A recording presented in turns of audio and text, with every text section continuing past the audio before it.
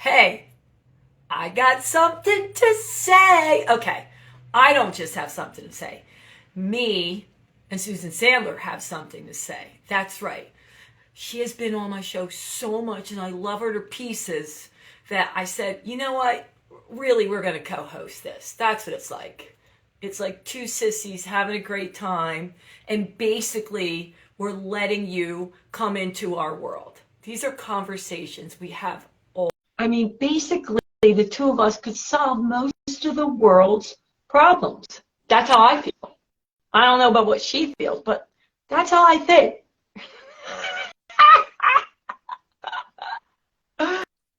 Did you hear me say that you and I basically could solve the world's problems? Well, not just us, but maybe with a couple more people. All right, this is a big topic today. I put it out to my peeps. And all I can tell you is we really don't like hearing no, no, no, no, no, no. Ah. Oh. Oh. So let me just back up a little bit. Susan and I, who I call Sissy, we're having a conversation while I was sitting in my driveway. And we were talking about applying for things, and maybe it's not good time, and you might hear no, and it went to this whole big thing where I said, I hear no, I go to the next one. And you said, has that ever been one of your topics on the podcast? That's a huge one. And it hasn't been. And it's a great thing to discuss on how we handle no. Don't we take it personally? And here's the thing I want to say. To some degree, you're going to take it personally, no matter what. No matter what, you're going to take it somewhat personal. It's just how much did it mean to you and how long are you going to stay stuck in there? So that's what the people really want to hear about. Because the bigger the deal, a lot of them, when they're writing into me now, when it's a bigger deal and they have a lot on the line, it does hurt longer. And I get that. Mm-hmm. Yes, absolutely. I mean, recovering from rejection is still something I'm working on. I've only been working though for about 61 years. So I'm going to be 70 next year. So I think it started when I was although I can't subtract. Maybe you might it's not. Who knows? Get longer, you just can't remember. Right. Yeah. It but I have been working on it for all those years as I survived my childhood by being a people pleaser. I don't know anybody like that. I have it. Wait. Yeah. Every woman on here said it to them. Yeah. I mean, it does. It's really a gift in a way when it's not overdone to be someone who is really attuned to other people, and also being able to be likable. But take it to extremes, it can really deaden your life. Yes, it can. So that does have a lot to do with putting yourself out there, and if you don't, then you can't hear no, so you're protecting yourself in a certain way, and I get that, less rejection. But what this young lady is saying, and I totally can relate to this, hey ladies, thanks for bringing this topic up. I definitely feel down for a week when I get a big no for something I'm going after. But I feel down for a month when I don't put myself out there. Oh, that's good. Call her Sally Bell. Wow. Thank you, Sally Bell. Sally Bell. Ooh. So, one of the things that's I've come to really admire about you so much is that you don't see no as rejection. No. I mean, to an extreme. And I'm not saying the extreme is bad. And so as we've been talking about this, and how relentless you are at going after what you want, I'd love to know, again, what your secret is. Like, what is the narrative that you are telling yourself when you get no, especially when it's over and over again, because that's been your experience. You really go after things. I mean, you are aggressive about going after what you want. You know, Sissy, by the way, I don't normally do this on this subject because I feel like, I have this one down, but I did a lot of scribble scrabble for this one because I wanted to come up with like my top 5 things and my premises. So I do. I have my things that I thought about that I do on autopilot, and I don't even think about it because I have been doing it for so many years, and it has served me well. And we're going to go in the top order that I think is important. And I don't know why I'm getting emotional about this, but this is so true. My confidence in myself, my feeling worthy of why I'm here on this planet and how I can serve others is not tied to whether my book is the #1 bestseller, the podcast is off the charts, I get that keynote, my book is picked up by this publisher. Those are all amazing things that I would love, but if I don't get it, I still feel so much love for myself, separate for what happens, and that I do want to go after. I think that's the biggest thing. Okay. Number 2. That's huge. People are busy. People are busy. So I'm not Oprah. So when I email people, text them, call them, send them cards in the mail, and I have done all 4, I'm your surprise and delight person. You may know my name, most people won't. So I assume you just didn't get to it, and it went to spam, or you're overwhelmed. So I will keep contacting you until they say, don't make me say it, Sandy. We're going another direction, or no. And then I go, did you mean maybe? And I make a joke out of it. Not now. Contact you back in 6 months. And most times they laugh, go, and okay. And I do. And I go, you boomeranged. And so I don't look at it like, oh, God, they didn't get back to me. I just know we have a lot going on. Number 3, I truly believe in whatever I'm going after. So if it's my book and it's a year and a half to get an agent and a year and a half to get a publisher and 37 rejections, then I go, okay, if the publisher's not going to take me from New York, I'll self-publish because it means something to me to get it out there in any way I have to. Whether it's a big stage with Tony Robbins just saying, hi, Tony, or a TEDx or a TED, or my group of friends that I just had wine with last night. They enjoyed my keynote. I had a lot of wine. Do you see me? But I am so passionate about what I'm getting out there, and I feel so good about it that I'm just going to keep going after it, and eventually it will hit. Number 4, I scribble scrabble. I do brain drains. So let's say I go after this and they're going in another direction, or they finally made them say no. I then look down at what I'm going after and I scribble scrabble. There must be a reason it's not happening. And I write all the negative things. It's not relevant enough. It's not a big idea enough.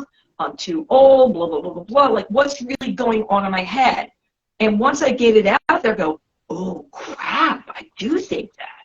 Then I put a big X in it, and I start changing the story and the dialogue to serve me well so that I can have those more positive thoughts of what will serve me well and what I'm going after. But I don't deny that stuff is in there. And number 5, I make light of everything. I'm constantly telling myself a joke about why I didn't get it. And I can't even tell you some of the things I say. But in my head, I'll say little things. I think I could say this. Are you in a bad mood? Yeah. Maybe you haven't gotten laid in a year. I don't know. Maybe you need to buy a vibrator or something. Maybe that's why I didn't get it. Now, sometimes I say that to me, sometimes I don't. That didn't work out for me in the past. That's the difference. But my point is, I do. I tell myself stories like that. Those are my top 5 things. And I know you can unpack all of them individually, but it's those on repeat. In my head, I'm constantly resetting and telling new stories to serve me well of why I'm going after what I'm going after. But I want to switch the dialogue right now, because I do feel that you do the same thing in a different way, because you and I have had conversations about it wasn't so easy at first for you to put yourself out on the big stage, but you did. And I want you to talk, and you said to me, I was tired of being afraid, of being fearful. So I think you want to really address that, because even though you've been scared and afraid, you have had this bigger calling, and you've busted down a lot of doors and done some huge things. Huge. Yeah. Yeah. Yeah. I think that's right. Yeah. Well, it came to a point in my life where I realized that, simply put, I was just so effing tired of being afraid. And my life was going okay. It wasn't going as well as I wanted. But what I was realizing was that my nervous system was at such high alert. I was just looking for danger in all the wrong places, because it wasn't real. It really wasn't real. So finally, and I tried all different kinds of healing mechanisms, many of which were very helpful and served me. Yoga, meditation, therapy, prayer, dance, you name it. I had mentors. And yet there was something in me that always went after something that was above my head. So I had both of those things happening simultaneously. I would go try to get jobs that I wasn't qualified for, and then I'd figure it out. Confidence. That's confidence. Yeah.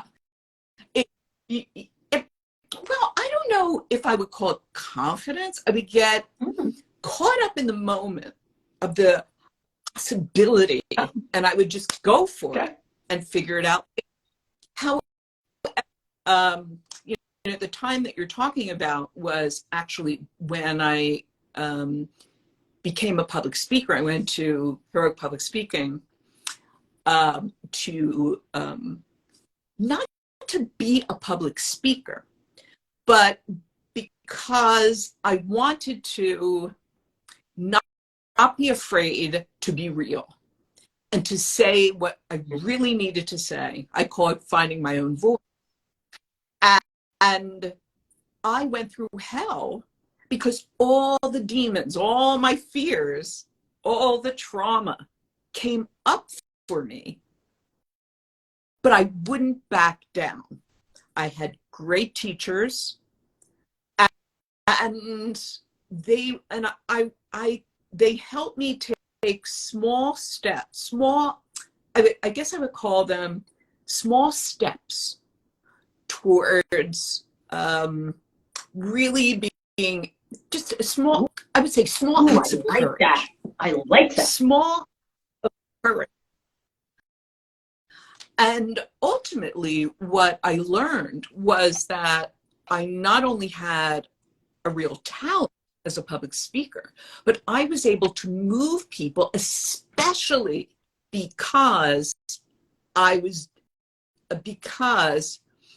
living what I was talking about. So my message is punch fear in the face and claim your life. And I had to punch fear in the face and claim my life. So I'm coming from an authentic place. And my experience is that you build confidence by impressing yourself. So when you're out there and you continuously put yourself out there, again and again and again, and then you hit it right, you get it, you knock them dead, right?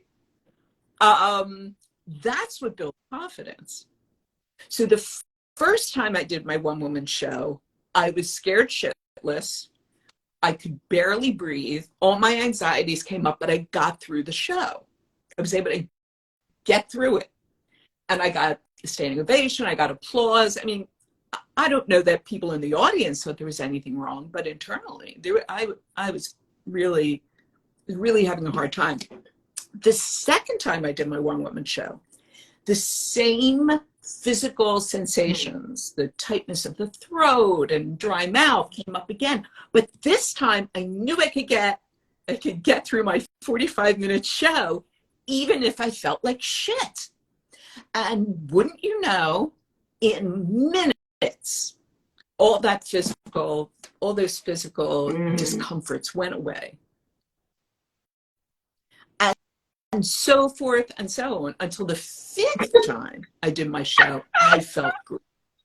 You see, what happens to us is that when we're afraid and we don't move forward, it reinforces our patterns, our physical patterns, our mental patterns, and our narrative becomes, I can't do it. I'm not good enough. You see, I'm not going out there. And there you have it. I love that you're talking about this, because there's something that I was discussing with one of my friends, and she was calling it exposure therapy. Yeah. And basically, it was the same thing. What you're afraid of, you're not going to go from here to way over here. But like you said, and I wrote it down, the acts of courage, but they were small acts, courage, that built upon. And the more you exposed, put yourself out there, a little more. And you were like, I'm going to be okay. Wait a minute. I'm going to be more than okay. Wait, I did it again. I'm awesome. Yes. And it's not exactly the same, but for me, I know I'm going to be okay no matter how many times I hear no. That's why I put myself out there. Didn't work out this time, didn't work out that time. Okay. And I don't take it personally, because no matter how scared I am, or yes, of course you don't want to wait 3 years to get it out there, it's more important to me that I do something every single day to inspire myself and others in any way, whether it's big or small. So while I'm going after some of the things that might seem big to some people, I also do little things that get yeses immediately. Like what? So Like, let's give an say example of you that. are wanting to get a book published, right? I don't want to put that narrative in your head. It could land right away, right? It could land. Or you're starting a new business and you're looking for property or you're looking for money. It could land right away, but it could take years, right? It could take years. I also do other things that inspire me, and I feel, hell yes, that it's not that long of a journey. For example, what we're doing here today. Hey, I got something to say. I started live where I interview people from around the world doing the positive difference. That's an immediate yes to me. You said yes to come on the show. It's every week. And it builds up the yes I hear in my head and the confidence. Publishing an article on LinkedIn. Well, while I was trying to get these big book deals, I was publishing articles all the time. People were seeing them. That to me was instant gratification. It was a yes. Interviewing people on other shows, being on other shows. Those were things that on a daily and weekly basis were building up my confidence for the bigger things I wanted. Little acts of courage. While I still go after the other things. So every day, if I was just, let's just say every single day, if the only thing I was doing is wanting to get a big publisher for my book, and it took 1.5 years to get an agent, I heard no, no, no, no. And every day I'm hearing then after another 1.5 years, no, no, no from all these publishers, and that's all I was doing. I don't care how much I'm connecting to my, okay, maybe, my higher power of peace, love, and joy. It's going to rock your world. So I do other things that day that inspire me, which is teach classes, do fitness programs. You know, I love this. This is a big thing for me. I go to the local store and I entertain and smile and dance in the aisle. Ooh, that rhymed. That makes me feel good. So those little things, while I'm doing some of the other things, keep my motivation going, as well as every single day before I go out into the world, I connect to myself and I decide how I'm going to show up and what I'm going after. And when it's coming from peace, love, and joy, it's just going to be another powerful day, whatever the outcome is, whatever happens to me. And I let go of when and how it's going to happen. And if I start getting, oh my God, I reached out to this, which I did yesterday. Someone said, did you reach out to so-and-so and ask them about your keynotes on the big stage? I'm like, no. They're like, why not? They're really well connected. And I go, I don't know, but I know why. It's because it's a really, really, really, this guy's a really, really close friend. I don't want to bother him. Is it a bother? Do you believe that if you performing your keynote is going to impact others, then why are you bothering them?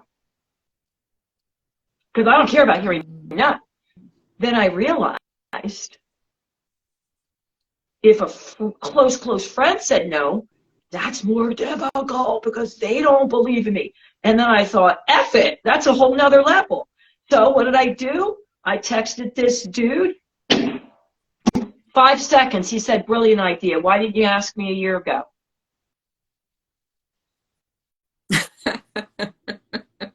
We built this up in our head.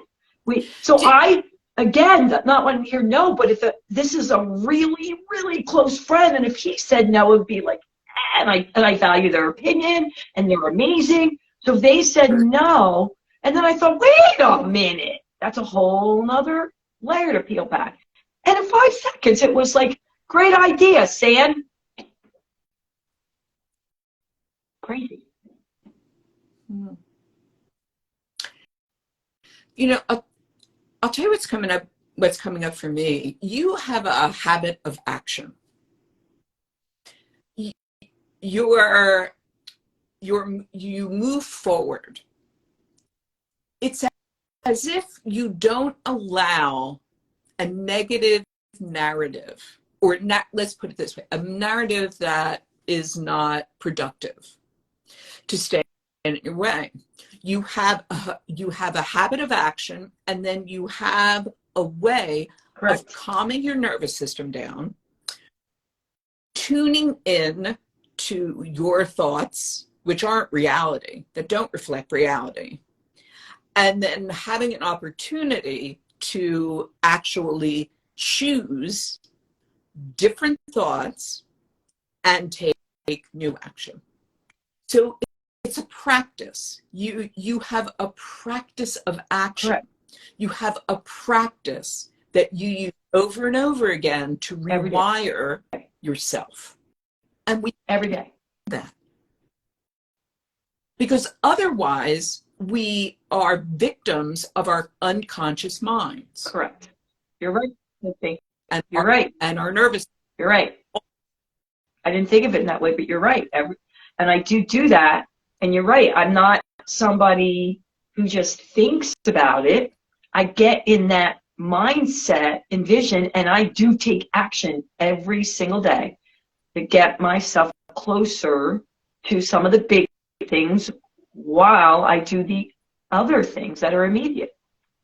Every day. Yeah. So I find that's helpful too, that, well, I like to make commitments so that I have no excuse to just sit on my laurels, whatever laurels are. I don't know what part a laurel is, but apparently it is. Right. Accountability for me. It's accountability. I have so many accountability friends and groups, and it's to keep me focused on what I decided I really want to go after. Right. Yeah. So, I mean, I have a mastermind group, which are, there's there are 5 of us. We've been meeting twice a month, maybe sometimes once a month for, I don't know, about 4 years. We meet all the time, but it's a community that we have each other's back, and we have a lot in common. I have mentors, I have Sissy, I have, other people in my life who keep me on the straight and narrow and whom I trust. We need community when we want to do big things. Absolutely. And I'm thinking about the fact that my cat knows when I'm live and I can't get up, and one of my 5 cats is drinking from my Buddha fountain behind us. I see. I swear to God, Sissy, they were like, now's the opportunity. Yeah. See, I love this because, and we spoke about this yesterday. I see certain things from this perspective, and you see it from a totally different perspective, but we both are trying to get the same message out there. And what you're saying is going to resonate with certain people more at a different angle, and certain things that I say are going to resonate it. And what I love, and I keep telling people this, most of what is out there has been said for 1,000 years or more, but it wasn't said the way you said it. And it's not coming from your stories and your journey, which is what you just reminded me in my little notes here, is the reason that it was so powerful when you got on stage is because you were living it. You were walking the walk and talking the talk. You were the real deal. You weren't just going, hey, this is something I know everybody wants to hear, but you were actually putting it into practice. And Yeah. I have to tell you this. I have to tell them this. It was hysterical, and I hope you don't mind. You won't mind. But your ears must be ringing, and I've told this story 10 times. Something, because I just think you're the bomb. I just love you. So many things you do. We're talking about something, and we're out to dinner. Oh, my God. It's just priceless. I'm not you. But you go, wait a minute. Wait a minute. Wait a minute. My ego just took over. And you said, wait a minute. Wait a minute. My ego just took over. I have to calm down here. Right. And you were so in tune with yourself, which is really what it's all about, to know, wait a minute. Danger will, this is what I'm hearing, danger will, my heart, wait a minute. Let me settle. Because my thoughts coming out are coming from an ego, and I don't want my thoughts coming out that way. Yeah, people would even be aware of that. Not many. And now you did it in a funny way. It was making me laugh, and it was humorous, but it was still real.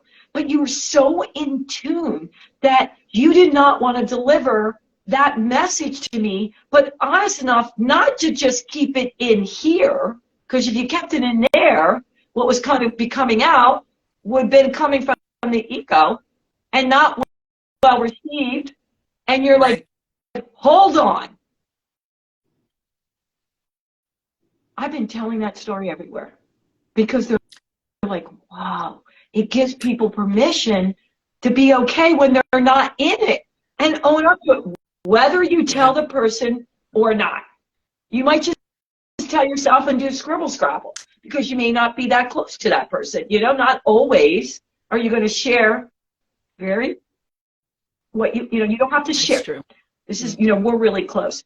But it's a matter of being true to yourself and being honest with yourself where you're coming from. And it's okay.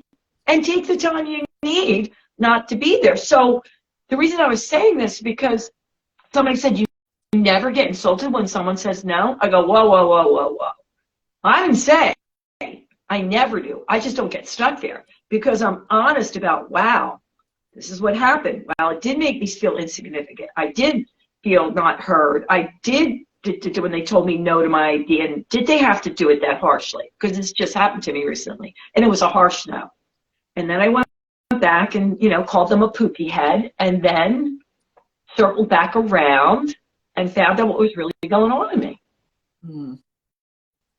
Not that I was going to share it with that group, but at least share it with myself. But Sissy, that I will remember that forever. That really impacted me, that authenticity of where you were and knowing, and now what?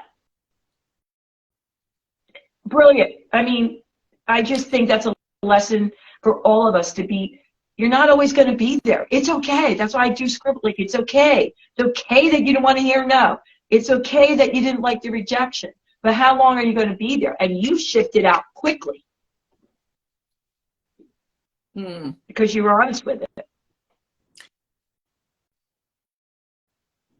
Yeah, you know, and I wasn't, until you pointed it out, surprisingly, I wasn't aware that there was anything unique about that kind of response. I mean, I think I probably, you know, now that I'm thinking about it, I do that quite a bit with people I can be vulnerable with. So when we were in that restaurant, you said something that pissed me off at a strong point of view. And so, right? And I could feel myself wanting to go into hostility and anger and all this shit. And then I went, whoa, what's that some famous person said, a speech made in anger is the best speech you'll ever regret. It was some president, Roosevelt probably. Yeah. Someone, and it is the truth. I do that with Joe periodically. When I feel myself getting annoying, I'll say to him, and this helps that we don't live together. I'll say to him, you know what? I'm feeling really annoying. Yeah. I know I'm going to do or say something that's going to irritate you. We need to, I'm going to go in another room, or it's not come over, or whatever it is. I take responsibility for my emotional wake.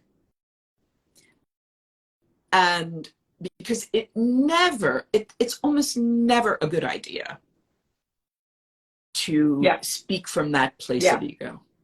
And not that you're always going to catch yourself, because a lot of times, you are human and it just comes out.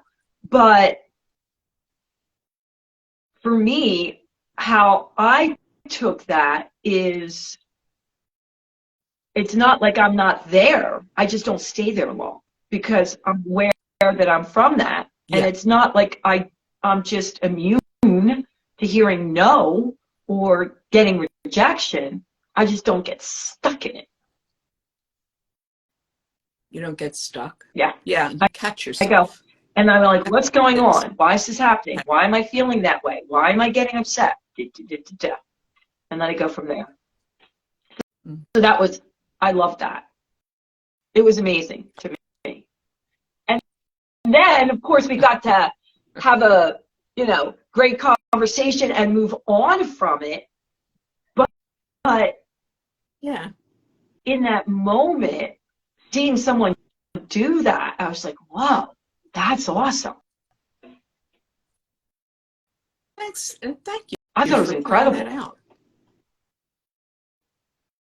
I appreciate it was incredible. Very much. And I think it's a fallacy, and a lot of people think this with people that are on, I call it the self-discovery, I don't even want to say woo or new age. I just feel like self-development and self-discovery, that it's all about being positive all the time. And it's not. It's about, I recognize when I'm not there, and then what? And am I going to take action from that? But I don't beat myself up for feeling that way. And for many years, I did. I would think, I'm not supposed to feel this. I'm not supposed to feel that. I know better. When did I become a robot? And giving myself permission to be in those fear-based emotions, it's great. But do I want to take action from that? Now and then it does feel good, but most times no. Yeah, that's for sure. That's for sure. Yeah. So, this is so interesting, because I have a belief, and I think you and I talked about this before, that there's like this double-edged sword about being human, which is that it's all the mistakes that we made and suffering through them, and having all these feelings, and sometimes we're not good at keeping them to ourselves when we probably should, and sometimes we're not good at expressing them when maybe we should, blah, blah, blah, blah, blah.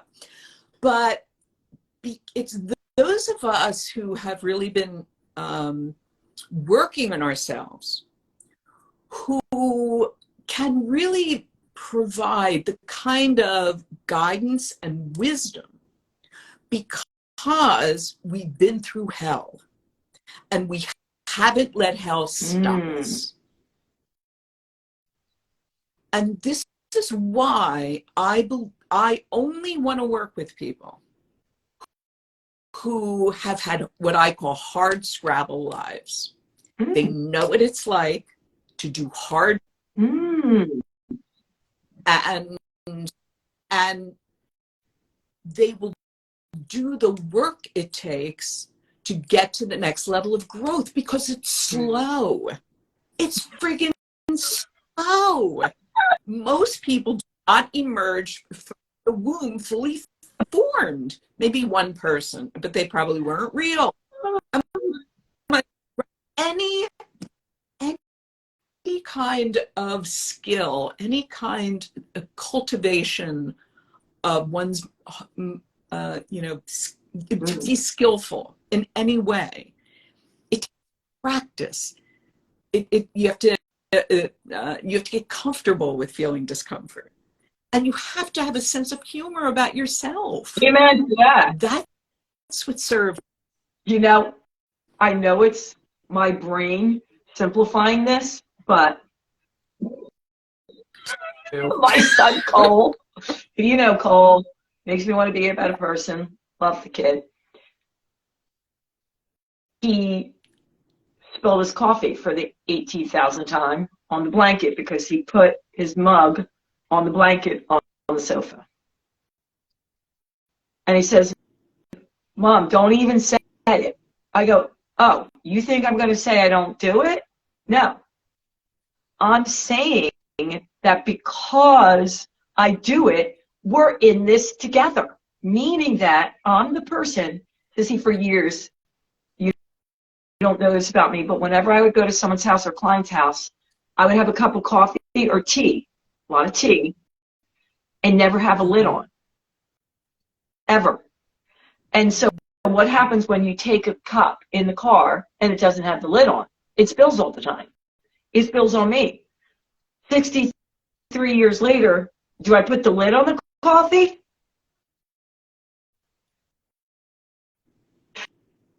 And people constantly give me to-go mugs. So I said to him, I'm saying this to you because we're in this together. Obviously, I have the same blood because I spill coffee all the time. I do the same thing. And that's when he said, Mom, that's what I love about you. I can't repeat it in the same way, but he says, you're just as screwed up as the rest of us. You're just a few steps ahead.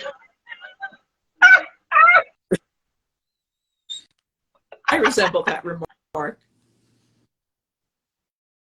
That's right? My point. Like you said, when I get this down, I'm going into my next life, right? I mean, I just want to be a few steps ahead. That's it. I don't know. That just made me think of the coffee thing because it's true. I still don't put a lid on. And people keep giving me to-go mugs, and I keep regifting them, which I did on Sunday, one of them. It occurs to me, when you spilled the wine at my house on the blanket, do you remember you spilled wine on the blanket? No, but that's me. You instantly knew how to get it. You instantly, because of that, you also know how to get stains out.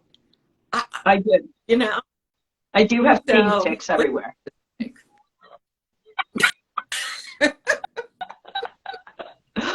So see, we went way over time, and we could keep talking. I told you, solving the world's problems, or at least making us feel better. That's what's now. That's what it's. Yeah. So we got to wrap up. Yeah. But before we go, is there anything in this segment today of, hey, I got something to say, you would like to get out there?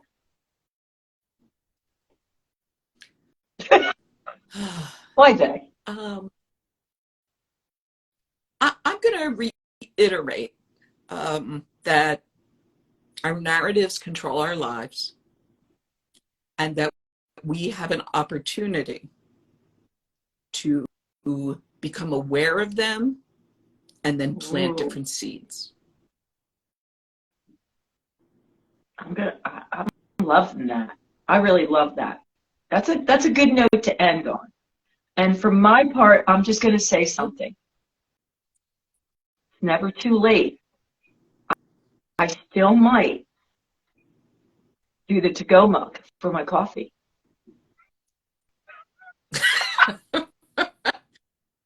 No, that would be huge. That would be bigger than being on stage with Tony Robbins. That would be huge, Sissy. I'll drink to that. I love you. I love you dearly. Now, before we go, if they want to find out more about you, your shows, where do they go? How can they find you? Because let's not forget, you're a theatrical speaker, a clarity strategist, and a fear-buster. So how can they track you now? My website at susanlsandler.com. Woohoo! Susan to the house! All right, we got to go. I love you. Until I see you tomorrow. That's right. Toodles! Ciao, baby. Bye-bye.